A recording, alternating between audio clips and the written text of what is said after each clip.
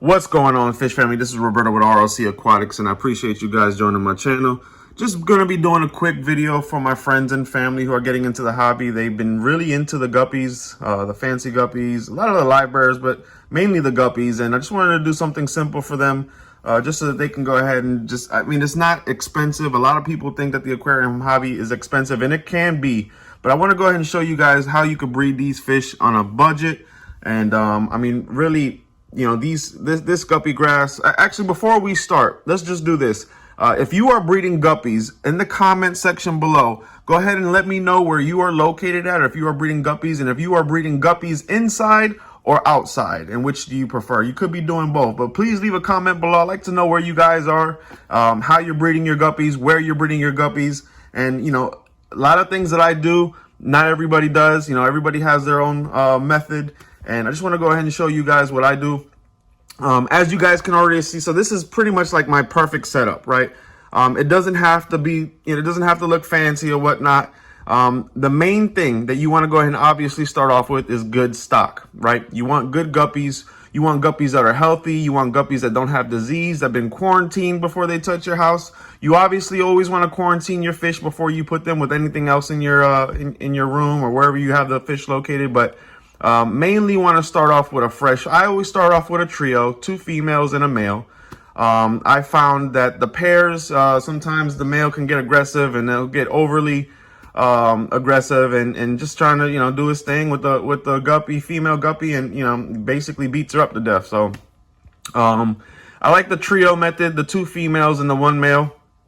You know, pay attention to your fish too. You know, if you see the aggression, if you see the male just going, you know, some you know, males, they just don't stop. So you could always take the male out, and then, you know, the fish most likely would have already been hit. You could always remove the male temporarily and let the female, you know, continue on with the birth process, and give them a break, obviously, because it's a stressful process for the female guppies, and, you know, put the male back. So starting off with the good fish, that's number 1. Starting off with good fish. That's obvious, but it's with guppies. There's a lot of diseases out there. There's a lot of fish keepers, fish breeders that don't quarantine their fish, don't medicate their fish. So you always want to do your research where you're getting your guppies first. Now, the aquarium itself, you can normal 5-gallon, 10-gallon. I like to do the 5-gallon. I don't like really doing the 10-gallon.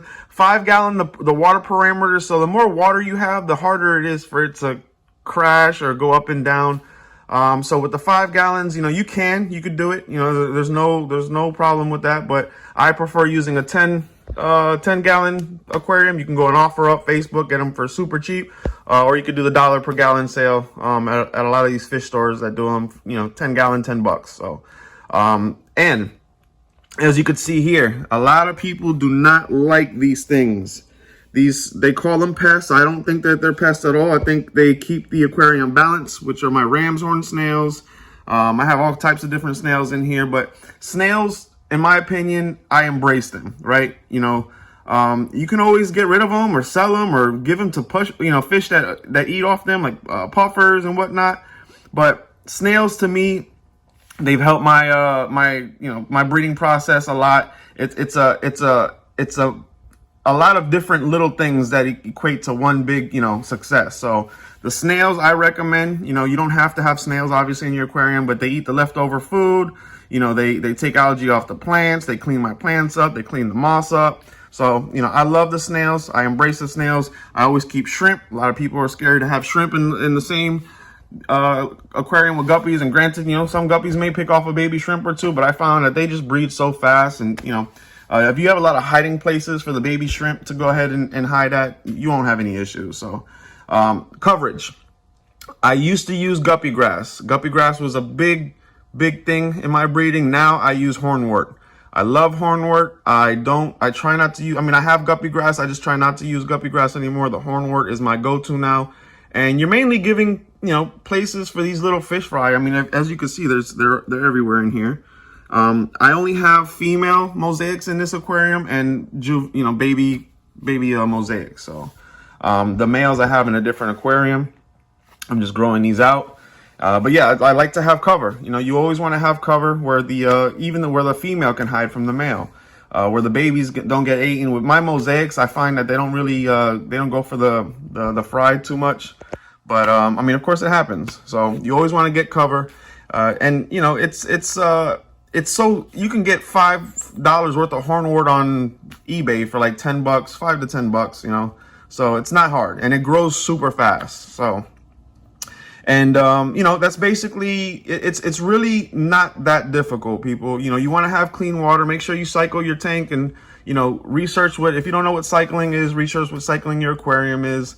You should be doing research prior to having any kind of pet, not just fish, but any kind of pet. So do your research. And so the cover is a big thing. Snails, you know, the cover, and then of course, you know, you want to make sure that you have a good ratio of females to males. I mean, if you're doing your own colony, you know, there's different methods to breeding. I do a little bit of both. I do colony breeding, and then I do selective breeding. But what I normally like to do is I separate the females and I separate the males until they're able, you know, until they're adult size, and then I start pairing which ones I want together. It gives me a little bit better selection as far as colors and patterns that I want, versus just colony breeding, which I do colony breed. And then also mainly my mutt guppies, I colony breed too. I just obviously let the mutt guppies go in there, and you know, whatever happens, happens. I don't put obviously deformed mutt guppies in the mutt guppy colony. Everybody looks good. They're just, you know, they're color patterns that I don't want. You know, just fish that don't make the cut, you know, and as a breeder, you really want to make sure you're culling your fish. You know, you especially if you're selling them to the public, you want to give people good product, man. I mean, it's just like anything. So, but you know, it's really not easy. It's really not easy. And what I'll do is I'll show you guys a setup outside that I have, you know, with the totes and the containers that I'm actually doing, keeping the notifications on, because I'm going to be working on that this weekend. So I'll be doing a video of that. But yeah, I don't want to talk too much as far as, I mean, it's really simple. I'm going to show you guys another aquarium of where I have the males, the young juvenile males. Like I said, everything in here is just baby mosaic fry that just dropped about 2 weeks ago, or young female juvenile. So let's go ahead and go to the other aquarium and check out where I have the male mosaic fish at. All right, and this is the food that I use. You can get this at Walmart. You can get this at any pet store. I like to do the tetracolor. That's what I do. I think, I can't remember. I'm not sure if it's Corey or I can't remember who else, where I got this from, but they make sure to let it be known you get the tetracolor. I've been using it for years and hasn't failed me. You know, I really don't use anything else. So besides, you know, live bloodworms or whatnot, you know, you blend those up a little bit. You could, you know, make your own little concoctions, but this is my go-to right here. All right, so here we go. Here are the male mosaics, and like I said, these are just juveniles. You can start seeing the color pattern in their tails. They are starting to get that mosaic pattern at this point, but I don't want these fish to breed at this age. I mean, you guys could, is that a female? That might be a female, yep. But you don't want these fish to, I gotta take that female out. Right there. That's a female. But you don't want them to breed at this age. You know, you want them to be fully grown. And this is what I find a lot of breeders in general. I research a lot of people in India and, I mean, in places that are really, I mean, they really know their guppies. I mean, it's something that everyone has really good success with, that does it. So, and it's been working with me, so I'm not gonna, you know, mama said if it's not broke, don't fix it. So, but I just want to go ahead and show you guys what this looks like. This is just a holding container, you know, that I have, that I wanted to put some extra males in here and let them grow out, and then find out which ones I want my main breeders to be. So wanted to show you guys this little project. I haven't done the video on it yet, but this is just another way you could breed guppies. So I just got a normal container here, threw a bunch of guppy grass, duckweed in there, and right now I'm cycling it. Cycling it is just, you know, letting a filter that's been in another aquarium, hooking it up, letting it run for, you know, 3-4 days. I go OD with it. I go a week before I put anything in there. And then what I do, quick tip, Let me move this bottle out the way. A really good tip: use your coals. So keep your coals in a different container. Coals, you know, like when I'm fish that you don't care about, the foreign fish that can still swim or whatnot, throw them in here, right? One or two. If they survive and they're good for a couple of days, you know that I mean, you could always test the water, obviously, but that's something that I like to do. You know, it's you know, the coal fish they're technically supposed to get removed anyways, but you know, I use them to make sure before I put the fish in there that I really want to survive and I want to keep and sell. I don't want to lose those fish. The coals I don't mind. So that's a tip that I like to use and tell people when they're getting into the hobby and they start getting fish that they don't want in along with the others. So, but yeah, I'm gonna do a video on this. So keep in like I said, the post notifications, keep them on. You're gonna see this put to use. I'm not gonna tell you guys what I'm putting in here, but stay tuned. All right, so yeah, even the shrimp is going. So we got the male and female red Dumbo Ear Mosaic. Let's go ahead and put them in there just like that. Let them sit there for a second. And we will come back to these guys, but got a lot of hornwort in there, as you guys can see, the duckweed. I don't mind it, especially out here. Just helps with the water. Got the ram's horn snails in here, and then the shrimp, as I did with the platy container. So here is going to be the red Dumbo Ear Mosaics. One male, one female. Let them just do what they do. And just want to show you guys, it's not that hard, man. It's really, really easy. This stuff right here you can get on eBay, man, for like a whole Ziploc bag for like 10 bucks. I'm going to start selling it too. But yeah, it's really not that hard. Not that hard. Look, container, some water, let the water sit for a little bit. You know what I'm saying? Get yourself some good hardy guppies, man. Making sure you always want to start off with a good strain. You don't want anything with diseases, obviously. But it's really not that hard, y'all. And I will keep showing you guys and keep updating you on the progress.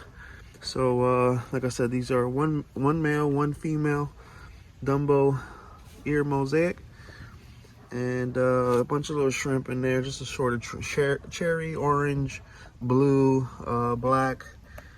There's a bunch of shrimp in there, so as you can see, just chilling. Anyways, so yeah, let's go ahead and let these guys be for a little bit, and we'll get back. All right, y'all, so quick video. Just wanted to show you guys what I do. You can breed them indoors, you can breed them outdoors. They're really, really fun, man. They are really fun. Especially when you see the whole process of them changing colors and them getting the patterns.